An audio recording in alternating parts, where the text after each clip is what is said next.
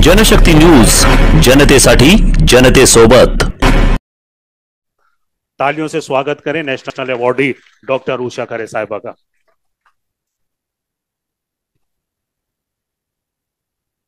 परम श्रद्धेय आदरणीय शहर काजी, आज मेरा सौभाग्य है मुझे आपके दर्शन हुए। मंच पर आज के चीफ गेस्ट माननीय हमारे पूर्व मुख्यमंत्री जी।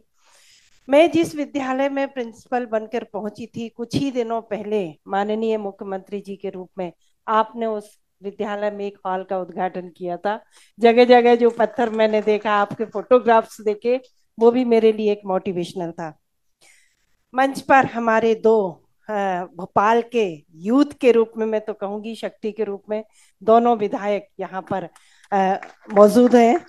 उनसे बहुत सारी अपेक्षाएं भोपाल शहर को हैं, शिक्षा विभाग को हैं, और जो बखूबी आप अपना किरदार निभा रहे हैं, आपका बहुत बहुत शुक्रिया, यहाँ आपने हमें बुलवाया, थैंक यू।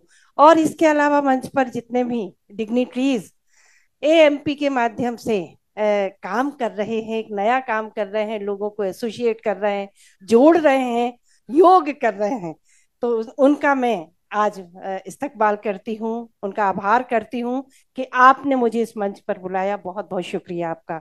मेरे सामने इतने पढ़े लिखे, इतने डिग्निटरीज, इतने सीनियर्स बैठे हुए हैं, जो अपने वहां से जिनकी रेज में देख रही हूँ, फेस देख रही हूँ, अपने आप में एक शख्सियत है, अपने आप में एक बहुत बड़ी डिग्निटरीज है। मैं उन सबको इस मंच से प्रणाम करती हूँ। मुझे भाई साहब ने आदेश दिया है कि मैं सिर्फ वही बात करूं कि मैं कौन बनेगा करोड़पति तक या राष्ट्रपति पुरस्कार तक कैसे गई। जी जी जी जी जी जी। तो मैं सबसे पहले आपको बताना चाहूंगी कि मुझे 40 वर्ष पूरे हो गए। हाल ही में, मैं थोड़ा करेक्ट करूंगी आपको, 31 जुलाई को मैं शासकीय कन्या जहांगीराबाद हायर सेकेंडरी स्कूल से रिटायर हुई हूँ। और शासकीय कन्या जहांगीराबाद स्कूल में मैं 14 वर्ष तक संकुल प्राचार्य के रूप में रही। और 14 वर्ष का मैं थोड़ा सा अनुभव आपको बताऊंगी कि मैंने किन किन चीजों को महसूस किया, फील किया, और किन रास्तों पर चलकर मैंने अपने भोपाल का नाम रोशन करने की कोशिश की। तो मेरे स्कूल के प्राइमेसेस में एक मस्जिद है। उस मस्जिद में जब अजान होती थी, तो मैं जब शुरू में गई तो मैं इन सब चीजों को इतना नहीं मानती थी। मेरे हस्बैंड भी यहाँ बैठे हैं, उनका कहना यह है कि जितनी भी होली प्लेसेस होते हैं, उनके 100 मीटर के डायमेंशन में एक वाइब्रेशन होता है, चाहे वो किसी भी धर्म का हो, कहीं का भी हो। तो अगर आप उस वाइब्रेशन को कैच करने की कोशिश करते हैं कंसंट्रेशन से, उस पर बिलीव करते हैं, उसको अपनाते हैं, सिमुलेट करते हैं, तो उसके रिजल्ट्स बहुत जल्दी आते हैं। तो मुझे ये बात बखूबी उनकी समझ में आई। और मैंने कुछ ही दिनों में 2011 में मैं वहाँ प्रिंसिपल बनकर पहुंची थी। और 12-13 से मैंने जब देखा, जब अजान होती थी, तो मैं अपनी साड़ी का पल्लू ऐसे सिर पर रखूं और हाथ बंद करूं और कुछ मांगूं। तो थोड़े दिन की प्रैक्टिस के बाद सर, मैं बताऊंगी आपको, माननीय मुख्य अतिथि महोदय के रूप में सर आपको बताऊंगी, मैंने वो फील किया जो मैं आज यहाँ सबके सामने बताना चाहती हूँ, कि कुछ दिनों बाद तो मैं वैसी हो गई कि मैं जो मांगू वो मिलने लगा। 2014 में जब ये सरकार बनी और मैंने पढ़ा डिजिटल इंडिया, उन्हीं दिनों मेरी तीनों बेटियां बी करके फुर्सत हुई थी और उन्होंने मल्टीनेशनल कंपनियों में जॉब ज्वाइन किया। मैंने उनसे पूछा लेटेस्ट क्या चल रहा है। बच्चियों ने बताया कि मम्मी माइक्रोसॉफ्ट कंपनी का डिजिटल लिटरेसी प्रोग्राम CSR दे रहा है, और अगर आप आवेदन करेंगी तो मुझे लगता है मध्य प्रदेश में आपके स्कूल का सिलेक्शन हो सकता है, क्योंकि आपका गर्ल्स स्कूल है, और आप कोशिश करके देख लीजिए। तो मैंने अपने भतीजे के मार्फत वहां तक अप्रोच लगाई और मुझे पहला MOU हुआ मेरा माइक्रोसॉफ्ट कंपनी से डिजिटल लिटरेसी प्रोग्राम के लिए। 45 टैबलेट और बड़े से बहुत सारी सामग्री 2014 में मुझे मिली, और वहां से मैंने अपना सफर शुरू किया। 2014 में कई अम्मियां आती थी, बुरखे में होती थी, आंसू उनके निकलते थे, कहती थी कि मेरे पास इतने पैसे नहीं है कि मैं प्राइवेट स्कूल में अपनी बच्ची को इंग्लिश मीडियम की तालीम दिला सकूं, आप नहीं खोल सकती क्या?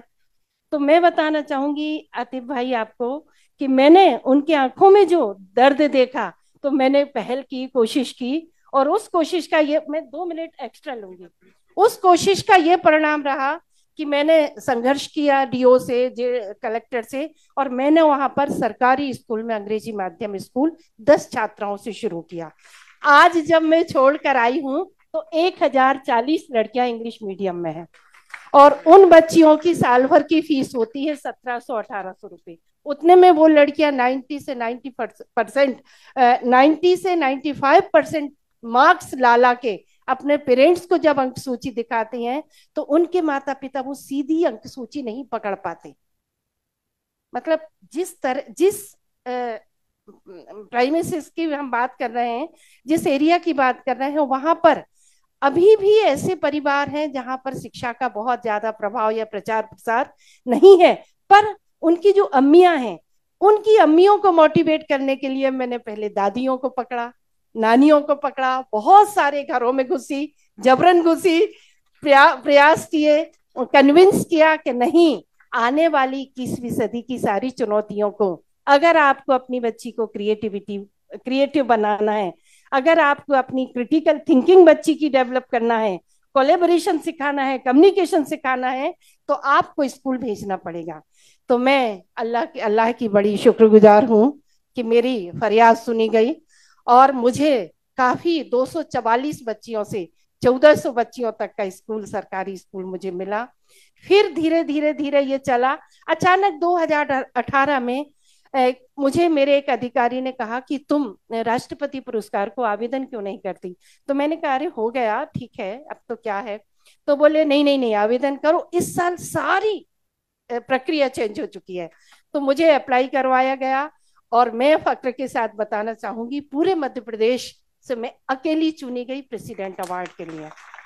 उसके बाद एनईपी आया। एनईपी में भी मेरी नॉलेज, चूंकि मैं 8 विषय में डिग्री है मेरे पास, एमएससी, बीएड, एमएड, पीएचडी, बहुत सारी डिग्रियां हैं, एमए इन साइकोलॉजी, एमए इन हिंदी, बहुत सारा। तो मेरा सिलेक्शन हुआ कहीं और। तो मैंने 2.5 साल तक एक नेशनल कमेटी में काम किया।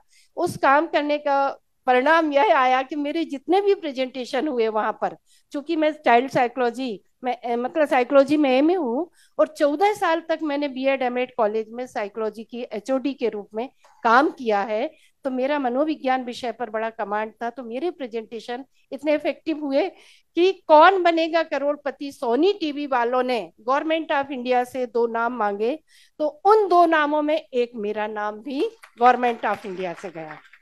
एक मिस्टर रणजीत डिसाले थे जो महाराष्ट्र से थे, प्राइमरी टीचर थे, और एक मैं थी। जब हम लोग पहुंचे तो मैं आज के दिन बताना चाहूंगी, एक और कार्यक्रम में हमारे जाहिद मीर साहब बैठे हैं, वहां भी मैंने जिक्र किया था कि बोमन ईरानी जी और अमिताभ बच्चन जी, उस शो की जब शूटिंग चल रही थी तो सारे अपने शिक्षकों के किस्से सुना रहे थे कि वो कैसे बदमाशियां करते थे और कैसे उनके शिक्षक उनको डांटते मारते थे।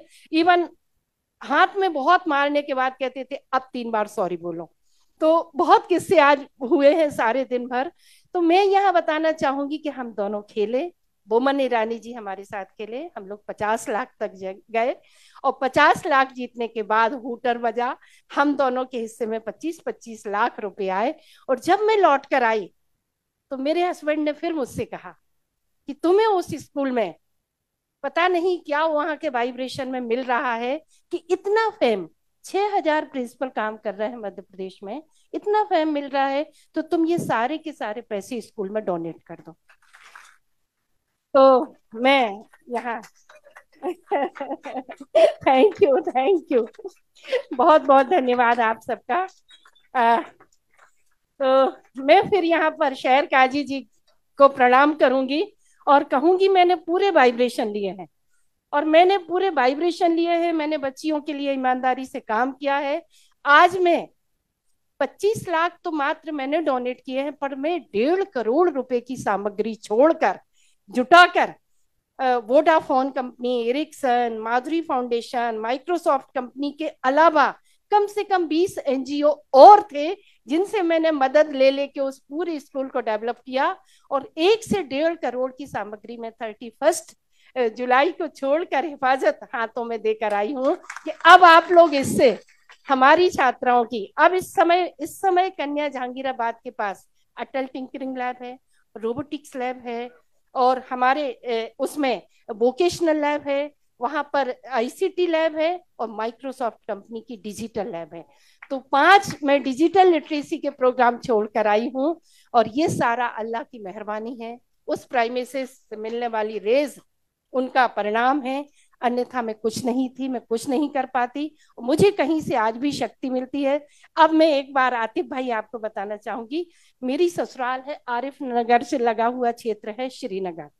मैं वहां 30 साल तक एक बहू के रूप में रही हूँ, और अभी 12 साल से मैं एक गवर्नमेंट क्वार्टर में रह रही थी। अब मैं वापस अक्टूबर के महीने में वहीं जा रही हूँ, क्योंकि मुझे ऐसा लगता है कि बुजुर्गों की निशानी को कभी नष्ट नहीं करना चाहिए। अगर मैं हट जाऊंगी तो वो मकान खंडहर हो जाएगा, वो बिक जाएगा।